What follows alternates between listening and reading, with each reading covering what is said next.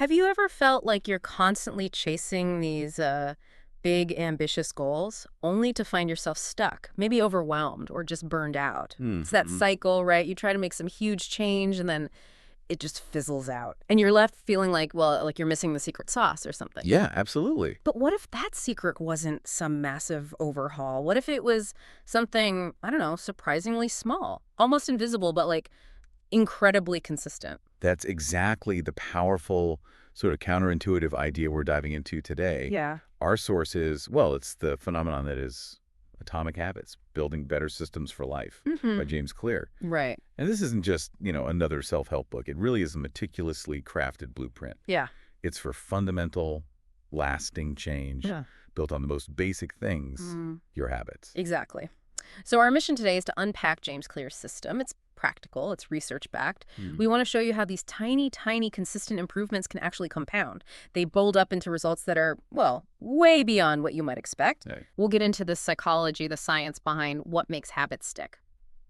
And most importantly, how you can apply this blueprint to really any area of your life: health, career, relationships, you name it. Absolutely. I mean, this book has earned its reputation. It really feels like a shift away from those vague motivational cliches.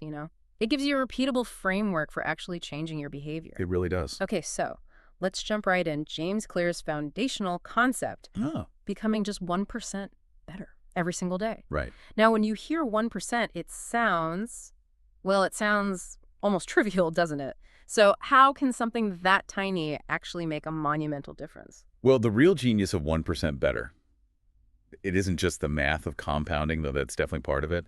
It's also a profound psychological hack. Okay. Because on any given day, a 1% improvement, you barely notice it. It's almost imperceptible. Right. But over weeks, months, and especially years, that tiny edge creates this astonishing divergence from where you started. Think of it like investing.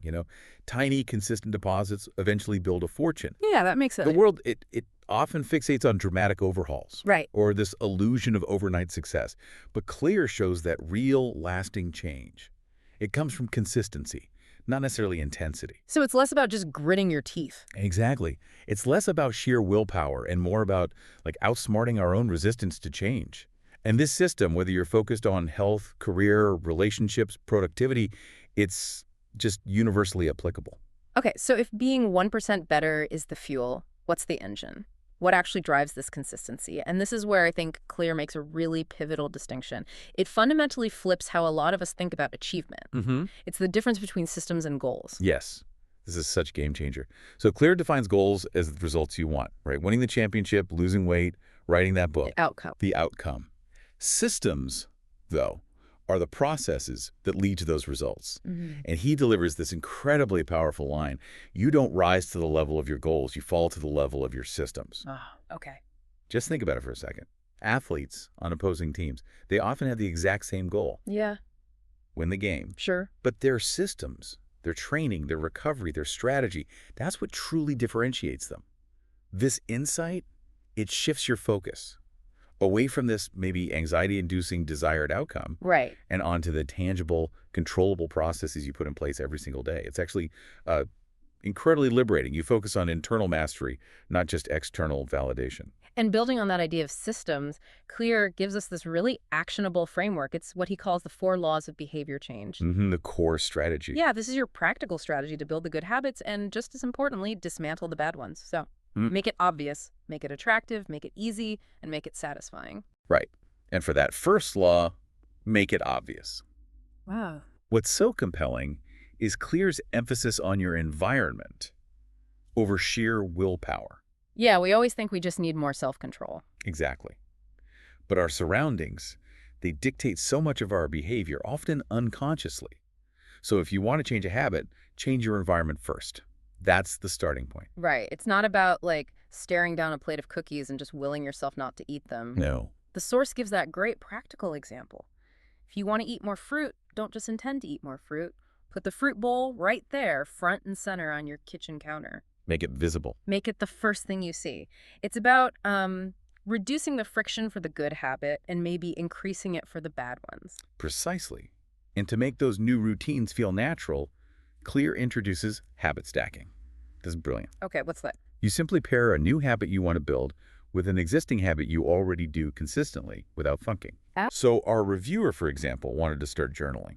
So they decided, okay, I'll do it immediately after I brush my teeth every morning. Because you already brush your teeth. Exactly. The existing habit becomes this automatic cue, this trigger for the new one. It just slots right in. Okay, that makes sense. So once a habit is obvious, how do we actually make ourselves want to do it?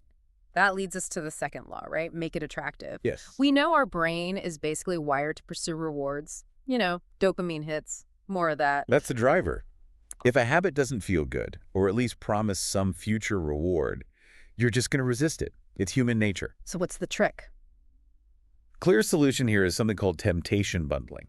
Mm-hmm. This is where you strategically link something you need to do with something you genuinely want to do. Okay, give me an example. Well, the classic one from the source is maybe you reserve your favorite podcast or that trashy TV show you love, Mm-hmm. and you only allow yourself to listen or watch it while you're exercising. Ah, okay. Huh. So you're pairing the chore with the treat. Exactly. You're leveraging the immediate gratification of the podcast or the show to make the necessary workout feel more appealing. You're basically training your brain to associate the effort with the reward. Got it. Okay, the third law. Make it easy. This one really hits home, I think. It addresses that common pitfall, right?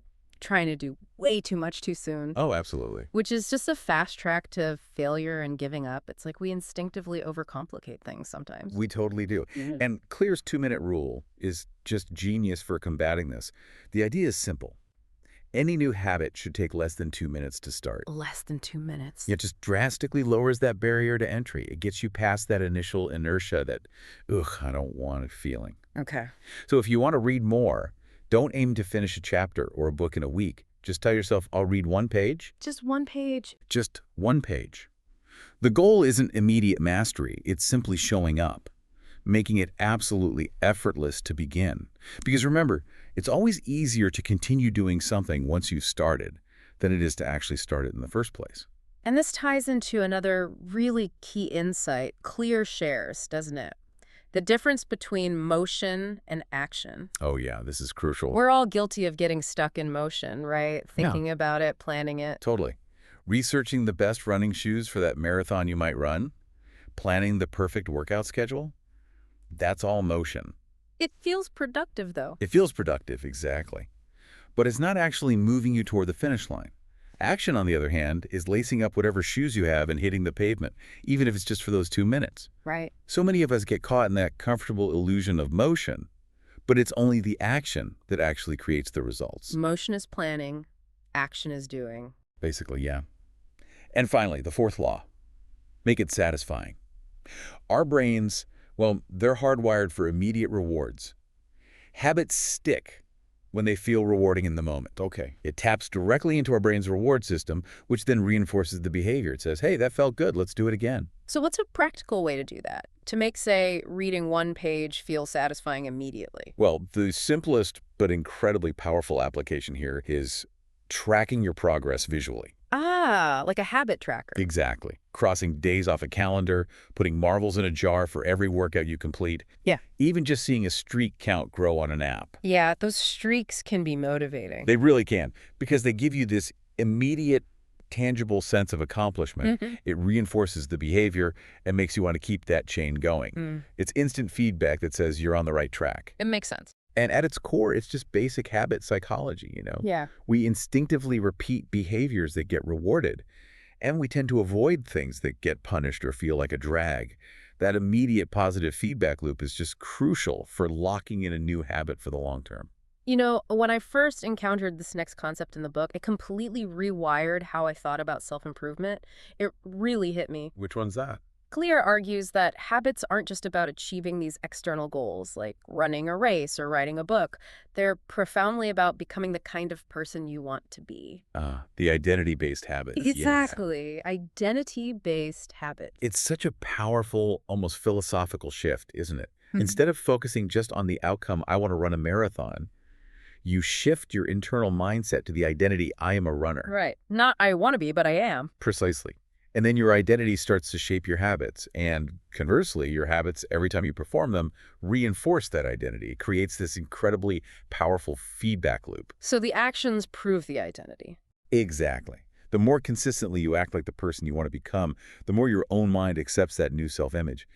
And then the habits feel less like chores you have to do Mm-hmm. and more like just, well, who you are. It's just what you do. And you see this really clearly in the personal examples the reviewer provided in the source material, right? Mhm. Journaling and reading. They didn't stay as tasks. They had to check off a list. Right. By consistently showing up, even for just those few minutes, those actions became part of their self-definition. They were a journaler, they were a reader. That feels like the real deep transformative power of this whole framework. Absolutely. And this also brings us around to a really common trap that I think we all fall into, waiting for motivation to strike. Oh yeah, I'll start Monday when I feel motivated. Exactly. Yep. Clear addresses this head on. He explains why relying on something as fleeting and unreliable as motivation is, frankly, it's just a terrible strategy for any kind of lasting change. Motivation ebbs and flows. It's unpredictable. So what's the alternative then, according to Clear? Well, his alternative is so much more effective because it's systematic. By strategically changing your environment, making things obvious, by reducing the friction down to almost zero, making it easy, Mm-hmm. and by building in those immediate rewards, making it satisfying, you can essentially make your desired habits automatic. Ah, so you bypass the need for motivation. You basically remove the reliance on that often elusive feeling entirely. Consistency takes over because you've built a system, and then the system carries you, even on days when you don't feel like it. That makes a lot of sense. Okay, so let's try and wrap up this deep dive into atomic habits. We've covered quite a bit. We have We've seen the really profound impact of those tiny, consistent 1% changes compounding over time. the power of small gains. The fundamental power of focusing on your systems, the process, rather than just the end goals. Crucial shift. And then we got into the really practical stuff, the 4 laws of behavior change. Make it obvious, attractive, easy, satisfying. That's the toolkit, really. It absolutely is. And as described in the source material we looked at, this book truly stands out. It's often called one of the most actionable, well-structured books in this whole self-improvement space. Yeah, I can see why. It's just practical, it's simple, it's thoroughly research-backed, and it's just deeply effective. It's a very strong recommendation from us for anyone looking to make real, lasting change in their life. And the whole spirit of the book seems clear. Don't wait. Don't wait for the perfect time. Don't wait for motivation to magically appear. Just start small. Start now. Exactly. So maybe consider this. What small, consistent action can you begin today? Something tiny, maybe using that 2-minute rule. What action could start defining the person you're becoming tomorrow? That's a great question to leave people with. We'd love for you to think about that. What habit are you working on right now, maybe this month? And how could you apply some of these principles, make it obvious, attractive, easy, satisfying to that?